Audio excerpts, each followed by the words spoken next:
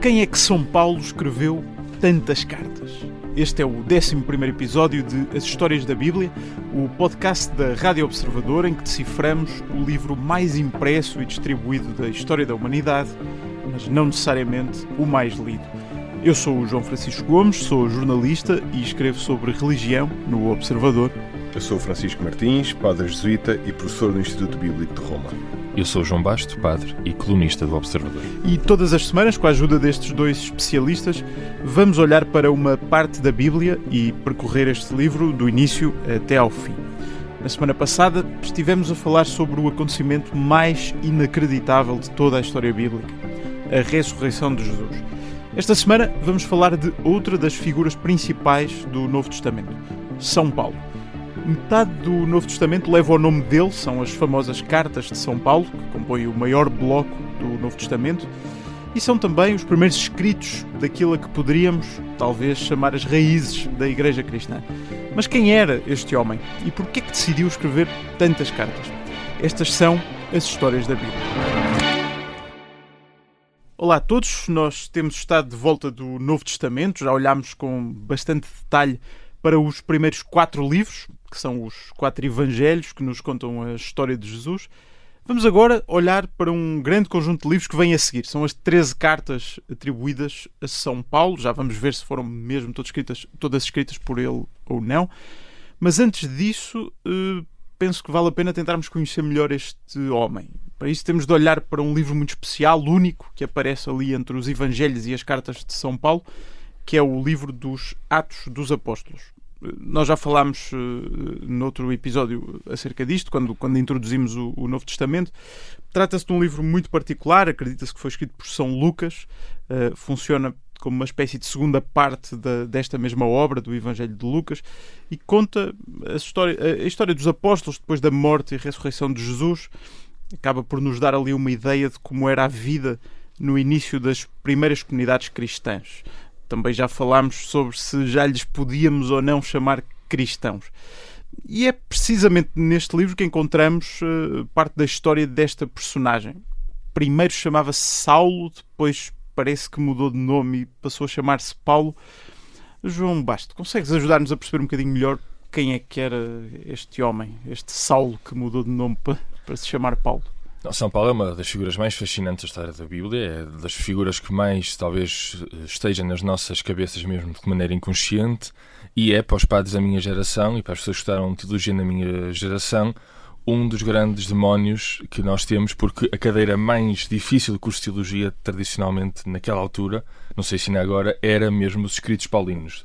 Aquelas cadeiras de chumbar 75% da turma, por isso há muita gente que pode estar a ouvir com traumas desta figura. Francisco, também tens traumas com essa cadeira? Não, escritos paulinos não. Pronto. São outras pessoas, isto é pessoal de outro nível. Assim, quem é que é esta figura? É uma figura que tem, se calhar, 3 mundos dentro dele. Tem um mundo romano, ele próprio apresenta-se, em certa medida, vai haver ali uma peripécia ligada à sua cidadania romana, apresenta-se como um homem romano, alguém muito influenciado também por outro mundo, que é o mundo grego. Ele nasce em Tarso, que é uma cidade que está ligada ao judaísmo da diáspora. Nós aqui há uns episódios falámos da versão dos 70, Septuaginta, a tradução da Bíblia do hebraico para o grego. Mas ele, ao contactar com o mundo grego, vai também contactar com outras correntes, como por exemplo o estoicismo, correntes filosóficas como o estoicismo e o platonismo. Mas também temos alguém que está influenciado também pelo mundo, o mundo judaico. Portanto, é uma pessoa que é, na verdade, naquele período, a confluência de 3 grandes mundos. O que é que sabemos mais? Sabemos que ele realmente se tornou, de certa maneira, a partir de um determinado momento, um missionário itinerante.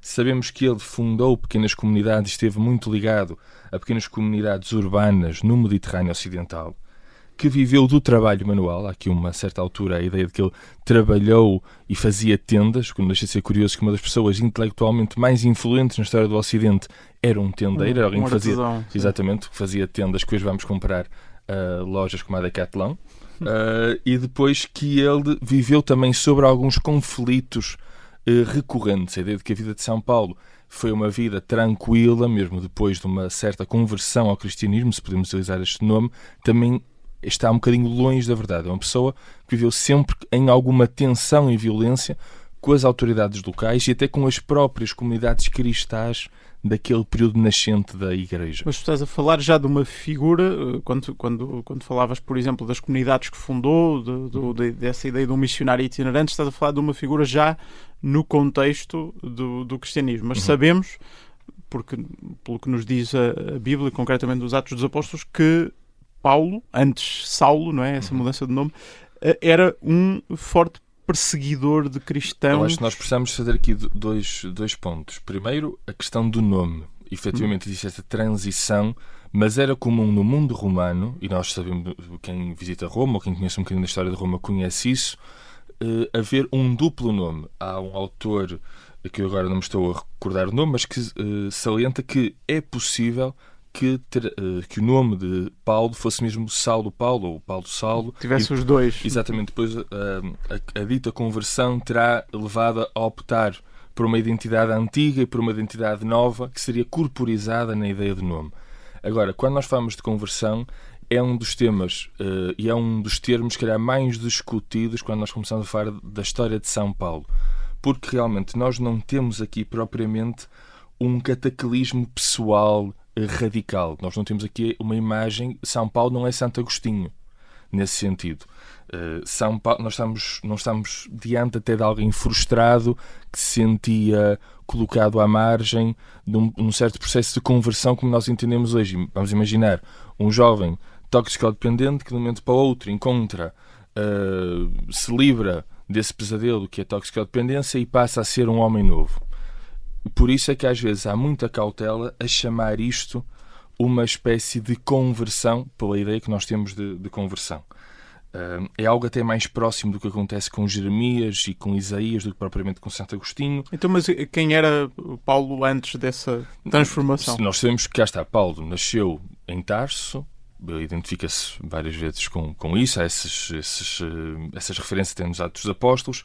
Sabemos que Paulo vai a Jerusalém, que é formado na escola farisaica. O livro dos Atos fala que ele até está presente no martírio de São Estevão, que é o primeiro mártir cristão, e que numa ida a Damasco existe uma espécie de evento, vocação, conversão, que lhe queiramos chamar, em que São Paulo reequaciona a sua posição.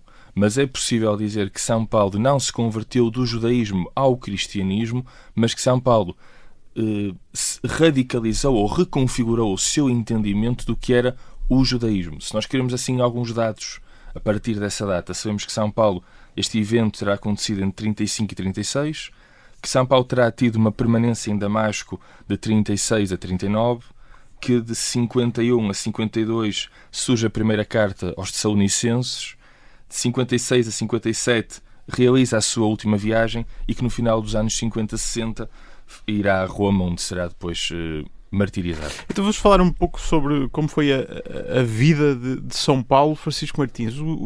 Depois desse episódio, o João estava aqui a falar sobre esta complexidade de usar ou não a palavra conversão. Sabemos, há alguns factos mais ou menos conhecidos sobre São Paulo. Sabemos que fez milhares de quilómetros por todo o Médio Oriente. Aliás, há muitas Bíblias que até trazem como anexo uns mapas com umas reconstruções do que podem ter sido as viagens de São Paulo para fundar algumas comunidades. Sabemos, lá está, que fundou comunidades ali um pouco por todo o Médio Oriente e escreveu as suas famosas cartas, que depois compõem uma boa parte do Novo Testamento. A minha questão é, como é que um tipo que se dedicava a matar cristãos depois se torna tão fervoroso na defesa do cristianismo? Talvez dizer uma palavra primeiro sobre esta questão da perseguição aos cristãos, que é talvez um assunto que as pessoas têm muito presente, né? O Paulo como perseguidor e porque é que perseguia os cristãos. Nós ainda hoje temos dúvidas sobre a razão pela qual ele perseguia as igrejas iniciais. A explicação que a mim mais me convence, de uma investigadora, mais do que pensar, não, como eles declaravam que Jesus era Messias e não era o Messias e estava a perseguir os cristãos porque declaravam isto.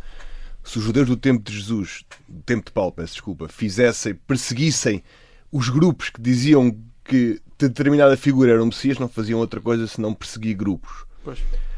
O que parece ter acontecido é que o movimento cristão muito rapidamente aos não-judeus, sem lhes dar a conversão ao judaísmo, isto é, sem lhes dar a circuncisão, pedia-lhes que eles deixassem de adorar os outros deuses, os deuses das cidades. Ora, o Império Romano não podia aceitar isto por uma razão muito simples. Eu não adorar os deuses da cidade e os deuses do Império colocava em risco o Império e a cidade. Eu só tinha duas alternativas. Se eu fosse judeu, estava dispensado. Se fosse circunciso, estava dispensado. Se não fosse, tinha que adorar. Claro. Ora, antes de São Paulo, o cristianismo criou aqui uma terceira figura.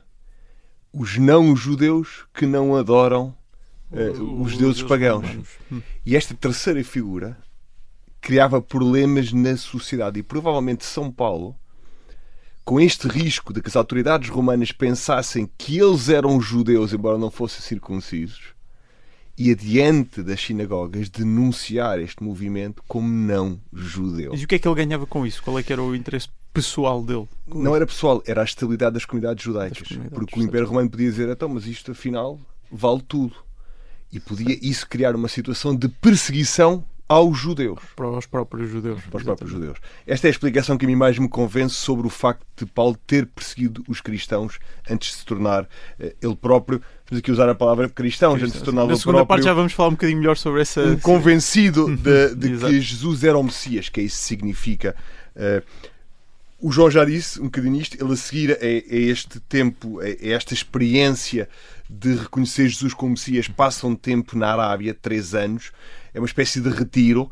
Era muito comum sair da terra para voltar a entrar na Terra Santa como uma experiência de recomeço. Isto era típico, por isso é que João Batista vai batizar no Jordão. A mesma ideia, eu vou fora da terra, volto à terra renovado. Depois torna-se missionário. Primeiro ligado à Igreja de Antioquia, na Síria, uma espécie de número 2 de Barnabé na sua primeira viagem. Não é ele que manda na primeira viagem, é outro, é Barnabé. E depois torna-se o líder das suas missões na segunda e terceira viagem, antes de depois ser preso em Jerusalém e conduzido a Roma quando invoca a sua cidadania romana. E lá está, o fervor com que depois nós temos o São Paulo não só a difundir a fé, mas também a escrever as suas cartas, é assim o fervor que nós associamos aos recém-convertidos, àqueles que se convertem a uma determinada fé já em adultos. Temos ali como é interpretar esse grande fervor. Há seguramente esse aspecto de fervor. Não vamos falar de conversão, mas fervor de convencimento de uma dimensão nova. Mas São Paulo tem um enorme fervor missionário, porque ele está convencido que amanhã de manhã acaba o mundo. Pois, esse é algo que atravessa muito do Novo Testamento. Essa urgência de que a história está a acabar e é preciso preparar o maior número possível de pessoas para receber este reino, é o que dá ao movimento cristão inicial todo este fervor, esta energia, esta forma de estar. João, gostava só de perguntar aqui uma coisa que me parece importante tentarmos discernir, ou seja, os apóstolos e os discípulos e aqueles seguidores que tinham sido fiéis a Jesus, não é? E que estavam do lado dele, tinham seguramente memória deste Paulo anterior ao seu convencimento, como perseguidor, como a denunciar as comunidades cristãs. Como é que eles olharam para ele quando viram Paulo a juntar-se à causa? Não desconfiaram? O livro dos Atos relata uma desconfiança inicial, uma suspeita, um desconforto, claramente, por causa desta divisão entre uma espécie de pré-Damasco e pós-Damasco. Há também relatos claros também no livro dos Atos de tensões, e o próprio Paulo fala disso na carta aos Gálatas, de tensões, mas também de reconhecimentos com os primeiros apóstolos. Mas, se calhar, para terminar esta parte, é importante, se calhar, referir que na segunda carta de São Pedro, que é das primeiras referências que nós temos a cartas paulinas externas, referência externa às próprias cartas, a carta de São Pedro diga: nessa ordem de ideias, escreveu também o nosso caríssimo irmão Paulo, segundo a sabedoria que lhe foi concedida. E assim fala em todas as cartas em que se trata destes temas. Há nelas alguns temas difíceis que os ignorantes e poucos firmes deturpam para a nossa própria perdição.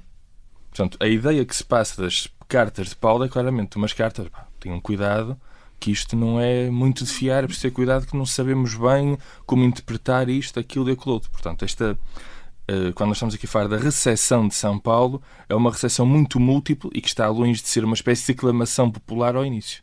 Muito bem, nós vamos voltar depois de um brevíssimo intervalo à segunda parte. Vamos continuar a olhar para as cartas de São Paulo, as várias cartas que escreveu ao longo da sua vida, e também tentar perceber como é que, a partir das cartas de Paulo, começamos a olhar para o surgimento de uma nova religião distinta do judaísmo. Até já.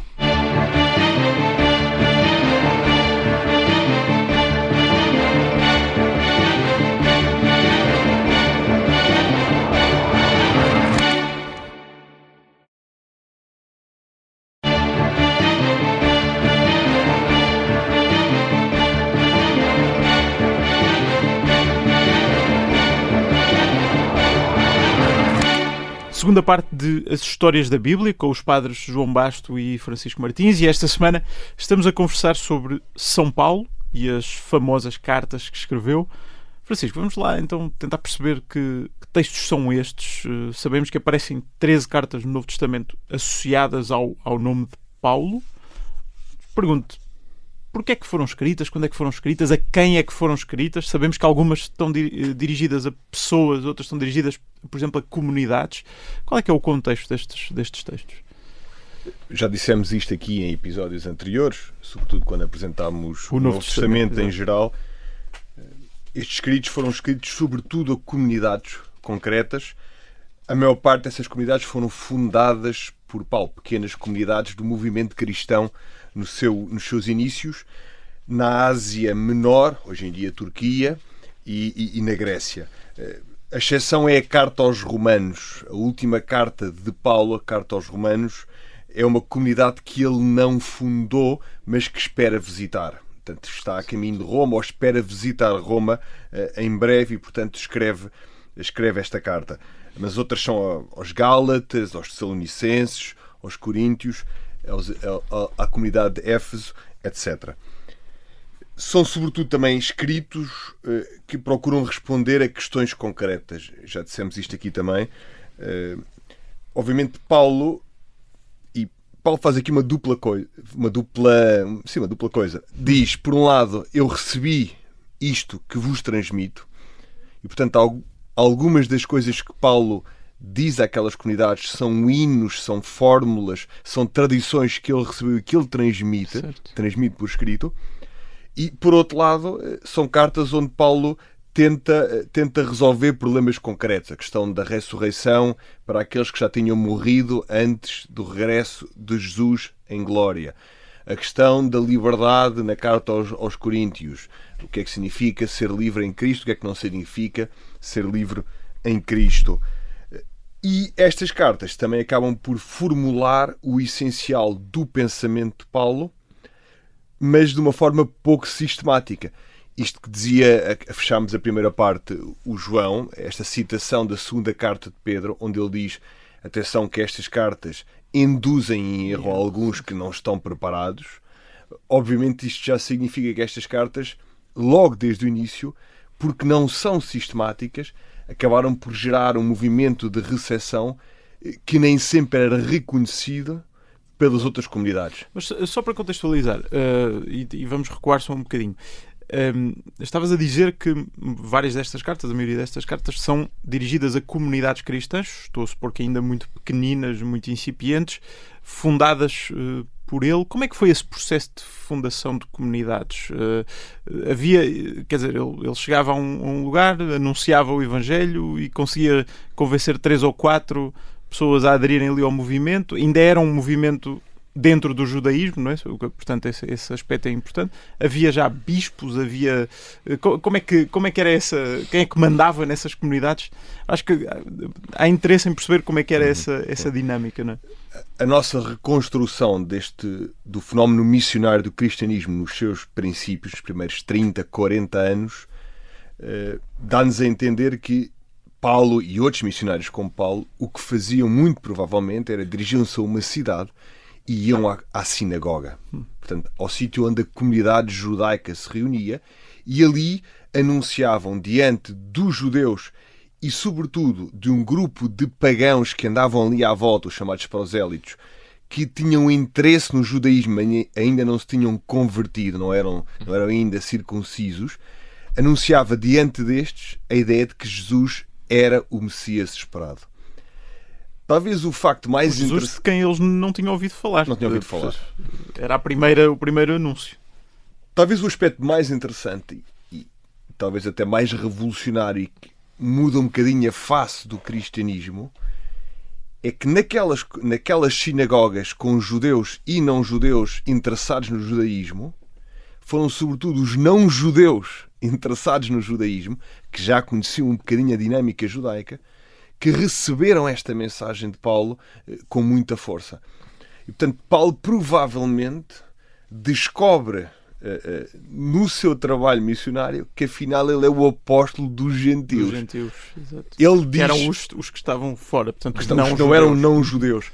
Mas muito provavelmente começou em contexto judaico e depois esta explosão não-judaica do movimento cristão. Isso aqui só duas notas. Que reparem que, por exemplo, São Paulo apresenta sempre como apóstolo dos gentios a favor de Israel e não como uma espécie de apóstata de Israel, um apóstata do judaísmo, a favor dos gentios. Há aqui uma espécie de linha de continuidade longe daquela visão radical. Agora, mesmo o que o Francisco falou da questão das cartas, se quisermos de uma imagem, as cartas de São Paulo não são próximas daquilo que estamos a imaginar, por exemplo, a correspondência entre Jorge de Sena e Sofia de Melbrenner, ou entre Heidegger e Hannah Arendt. Ou seja, as cartas de São Paulo são muitas vezes escritas em cima do joelho, para resolver problemas concretos. Não é um epistolário pensado de outra maneira. Isso. Vamos pensar, por exemplo, como já referimos, na Carta aos Gálatas, que foi escrita não como um tratado abstrato, mas para resolver um problema concreto. E que problemas é que havia nessas comunidades que exigiam assim, uma intervenção ou do fundador, não é? Porque lá está, são comunidades muitas vezes que foram fundadas por Paulo, mas que Paulo depois já não estava lá fisicamente. E nós temos, ao longo destes episódios, temos tocado num aspecto que é bastante interessante, que é a ideia de que para aquela gente naquele tempo o fim do mundo, o fim dos tempos, o fim da história estava, lá está, podia ser hoje à noite ou amanhã de manhã, não é? Ainda não havia a ideia que depois se foi consolidando de que não se sabe, enfim, ainda o tempo, etc. É isso que explica a insistência de Paulo nas suas cartas na resolução de problemas que afetavam a comunidade em cada momento. Quer dizer, amanhã isto podia acabar e... Como já referimos, o primeiro texto do Novo Testamento a ser escrito é precisamente a primeira carta a Tessalonicenses. E essa primeira carta a Tessalonicenses, aos cristãos da cidade hoje grega de Tessalónica, tem como um dos principais objetivos, aliás, no capítulo 4, o capítulo 5, essencialmente, falar desta questão do fim dos tempos. Mas realmente essa perspectiva passa por outras cartas. Se pensamos que, por exemplo, São Paulo, na primeira carta aos Coríntios, diz que o tempo se abreviou. A forma que São Paulo, por exemplo, lida, se quisermos dar aqui um exemplo muito básico, com o casamento. São Paulo diz a certa altura: quem tem mulher viva como se não tivesse, e quem não se casou não se case. Não se trata aqui necessariamente de um ódio ao corpo ou ao casamento, mas isto é uma situação iminente, o fim dos tempos está a chegar, portanto não vamos agora fazer grandes alterações. Encontrei também um estudioso que diz que, por exemplo, a forma como São Paulo lida com a escravatura, que às vezes, na nossa sensibilidade, até dentro do politicamente correto, nos pode chocar, também tem a ver com esta dimensão de que o tempo é iminente. Mas se calhar, e partindo também de outro estudioso, nós podemos interpretar esta ideia do fim dos tempos noutra dimensão. Possivelmente, a própria missão de São Paulo era motivada por esta ideia do fim dos tempos, porque nas profecias judaicas, em algumas delas, segundo este estudioso, o fim será marcado por quando as nações, no sentido dos pagãos, adorarem o Deus de Israel. E, portanto, ao correr o mundo para converter os pagãos, Paulo não estava apenas a fundar igrejas, ele estaria também a apressar esse fim. Ele poderia acreditar que quando o número total de gentios, estes pagãos, entrasse dentro da ordem judaica, o fim chegaria. Chegaria por essa via. Sim, há até uma intuição mais ou menos disto na carta aos Romanos. Portanto, a pressa dele em viajar e resolver problemas não era só uma questão de impaciência pessoal ou uma espécie de turista que agora quer fazer um gap year aqui em vários sítios, na Galácia, em Tessalónica, em Corinto. Ele possivelmente estava a fazer uma tentativa teológica de completar um puzzle para que Jesus realmente voltasse. E, Francisco, um aspecto em que temos tocado em vários livros da Bíblia tem a ver com a atribuição. Gostava de fazer esta pergunta aqui também. As cartas de São Paulo foram realmente todas escritas por São Paulo? Sabemos quais é que foram mesmo escritas por ele e quais é que podem ter sido escritas por outros colaboradores que ele foi... que se foram juntando a ele. E há pouco também é um aspecto que não tocamos, que é a ideia de que, além das cartas escritas a comunidades, não é? Também havia algumas cartas dirigidas a pessoas concretas. Não é? Sim, dizer isso. Além das cartas às comunidades, esquecemos desse aspecto. Há cartas também dirigidas a colaboradores, Timóteo e Tito, 2 cartas a Timóteo, uma carta a Tito.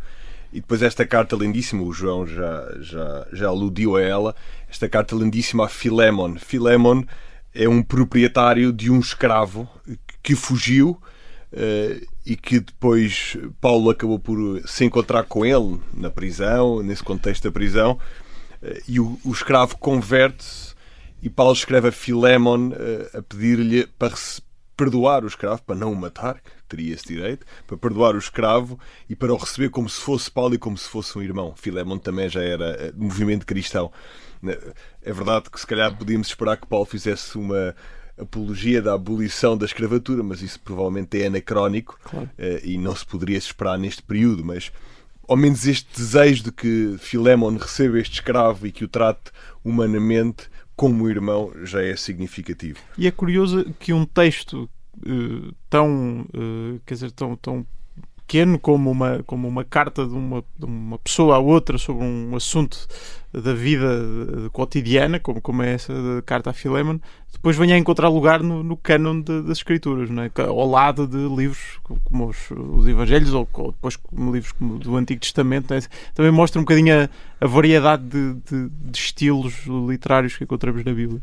Sim, isso até toca este assunto sobre o qual íamos agora falar, que é as cartas autênticas e as cartas eventualmente que não são autênticas. Muito provavelmente Filémon é uma carta verdadeiramente escrita por Paulo e por isso é que acaba por entrar no cânon e ser significativa para a comunidade. Além de ser uma carta belíssima, vale a pena ler, quem nunca leu, uma carta belíssima. Mais do que escrita, só começar por dizer isso, Paulo provavelmente não escreveu carta nenhuma ou quase nenhuma no sentido físico do pegar termo. na pena. As cartas foram muito provavelmente ditadas. Ele teria uma espécie de amanuense ou de secretário a quem ditaria, e nós sabemos isto das próprias cartas. No final da primeira carta aos Coríntios, no capítulo 16, Paulo dita e depois escreve: a saudação é do meu próprio punho, Paulo. Portanto, as pessoas sabem que o que ele escreveu na carta foi a última parte da carta, a última saudação. O resto foi ditado. Mas há cerca de 150 anos a esta parte começaram a surgir dúvidas sobre a origem paulina de certas cartas. As cartas a Timóteo e a Tito, primeira e segunda a Timóteo e a carta a Tito, parecem refletir uma realidade eclesial, tu já disseste isso, começam a falar sobre bispos, por exemplo, que não corresponde seguramente à realidade que São Paulo viveu, tendo morrido por volta dos anos 60. Portanto, estas cartas, que nós chamamos cartas pastorais, a Timóteo e a Tito, são quase unanimemente consideradas epígrafas, pseudoepígrafas, escritas na tradição de Paulo para manter relevante o seu pensamento. Já falámos sobre este aspecto no Antigo Testamento, aqui é igual. Há depois 3 cartas que também geram dúvidas, e aqui os investigadores estão quase completamente divididos. Alguns dizem isto não é de Paulo, outros dizem isto é de Paulo, que é a segunda carta aos Tessalonicenses, a carta aos Colossenses e a carta aos Efésios. Têm um estilo diferente e já não têm tanto aquela ideia de que o mundo vai acabar amanhã de manhã. Nestas cartas já aparece a ideia que ele é capaz de acabar só daqui a 3 dias. E estes autores, investigadores, dizem esta perspectiva sobre o fim dos tempos não é autenticamente paulina e, portanto, estas cartas foram escritas posteriormente. As cartas sobre as quais há unanimidade que são de Paulo: 1 Tessalonicenses, 1 e 2 Coríntios, Gálatas, Filipenses, Filémon, de que já falámos, e a carta aos Romanos. Muito bem. E apetece-me perguntar se Paulo era diferente de outros apóstolos neste sentido, porque nós conhecemos muito esta ideia, enfim, é bastante conhecida a ideia de um Paulo viajante, missionário, a escrever cartas a comunidades, a fundar comunidades. Os outros apóstolos, nisto tudo, ficaram sossegados em Jerusalém ou também andavam? Sim, se a pergunta é: o Paulo foi o único a viajar? Não. Até porque nós temos a tradição dentro do cristianismo que os apóstolos morreram todos, grande parte deles, tirando 1 ou 2, fora da zona de Jerusalém. Agora, se nós lembrarmos... E temos aqui na Península Ibérica o caso de Santiago, não é? Santiago terá morrido na Terra Santa, mas depois terá vindo o corpo. Nós apropriámos-nos do corpo de Santiago para fazer um santuário na cabeça. Mas o que sabemos, por exemplo, que Pedro esteve em Antioquia. Aliás, é lá que tem uma famosa discussão com São Paulo. Uma discussão que marcará aquele tempo, o tempo teológico. E a tradição, por exemplo, coloca São Pedro em Roma. Sabemos que o Francisco já aludiu a isso quando existe a primeira viagem. Paulo vai com Barnabé, e sabemos que Barnabé também terá fundado algumas comunidades antes de Paulo lá chegar, e o próprio Paulo, quando chega a Roma, já tem alguns cristãos. Paulo não funda propriamente a Igreja de Roma. O que talvez diferencie São Paulo é uma questão de tecnologia, ou seja, São Paulo viaja, mas ele cria uma espécie de rede, que se calhar outros também terão criado, mas São Paulo cria uma espécie de rede e mantinha esse contacto até com a questão das cartas. E essa tecnologia, as cartas, as epístolas, permitiu criar uma unidade à distância. Há tempos, nós já estamos aqui a chegar à reta final do episódio, mas gostava de recordar como há tempos via o lançamento de um livro em que o Padre Francisco esteve. Foi creio que na Capela do Rato, não foi exatamente. Um livro chamado Um Judeu Chamado Paulo, justamente sobre estes assuntos, que ainda está aí à venda, muito interessante, de Matthew Thiessen. E basicamente o livro tinha esta ideia até bastante provocadora, pelo menos para a ideia contemporânea sobre São Paulo, que é a de que Paulo não era propriamente um cristão. Isto será mais ou menos pacífico dizer, porque Jesus também não era um cristão, não é? Mas que, enfim, Paulo se manteve sempre um judeu, se manteve sempre dentro de um esquema mental do judaísmo. Se a ideia era que realmente Jesus era o Messias esperado pelos judeus, então, pergunto, para São Paulo, que nós hoje vemos nas suas cartas, talvez assim, o início de uma nova religião do cristianismo, na cabeça de Paulo nunca houve necessidade de criar uma nova religião. Bastava que todos os judeus acreditassem que Cristo era o Messias. Judeus e gentios. Judeus e gentios. Este livro de Matthew Thiessen é muito interessante. Um Judeu Chamado Paulo. Vale a pena ler. É um livro curto, muito bem escrito, com uma ótima síntese, com ótimos resumos no final de cada capítulo. O livro mostra que Paulo era basicamente um judeu do fim dos tempos. Talvez seja a melhor definição de São Paulo, um judeu do fim dos tempos. Um judeu que reconheceu Jesus como o Messias prometido aos judeus e que por isso se convenceu de que a história ia acabar já a seguir. E, portanto, tinha uma urgência total de atrair judeus e não judeus para Cristo. Porquê? Porque Paulo lia o Antigo Testamento, o profeta Isaías e outros profetas, e percebia que no final dos tempos não só os judeus iam reconhecer o Messias, mas os próprios não-judeus também o iam reconhecer. Mas Paulo tinha um problema grave, que era as promessas foram feitas ao povo judeu. Como é que eu posso herdar a salvação prometida ao povo judeu se eu não sou judeu? uma solução, que é aquela solução que Paulo rejeita, é a circuncisão. Eu sou gentio, deixo de ser gentio, passo a ser judeu e recebo as promessas. Qual é o problema desta solução? Eliminamos os gentios da história. E isto contradiz as profecias. A salvação continua a ser apenas para os judeus. Para os judeus. E isto, nós precisamos que sejam salvos os judeus como judeus e os gentios como gentios.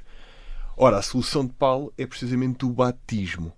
Esta ideia quase muito física, que no batismo o gentio é habitado pelo Espírito de Jesus e o Espírito de Jesus transforma o ADN do gentio para ele se tornar herdeiro sem se tornar judeu. Sem se tornar judeu. E, portanto, temos aí a possibilidade da salvação chegar a todos, judeus e gentios. Exatamente. E para terminar com essa nota que tu já referiste, neste contexto e com esta compreensão, Paulo nunca quis fundar uma nova religião.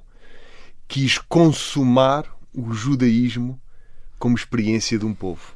E podemos dizer que, mesmo para terminar, que apesar da vontade de Paulo, as cartas de Paulo e esses textos contemporâneos dessa altura são os primeiros escritos de uma nova religião. A posteriori podemos dizer isso. Quando o cristianismo se torna verdadeiramente uma nova religião, isto é, se separa do judaísmo e, às vezes feliz e outras vezes infelizmente, as cartas de Paulo foram usadas precisamente para justificar um antagonismo em relação ao judaísmo. Provavelmente Paulo teria tido vergonha do uso que às vezes fizemos dessas cartas. Dos textos. Muito bem, chegamos ao fim do 11º episódio de As Histórias da Bíblia. Na próxima semana vamos para o último episódio deste podcast e, como não podia deixar de ser, vamos também para o último livro da Bíblia, que é o Apocalipse. Até para a semana.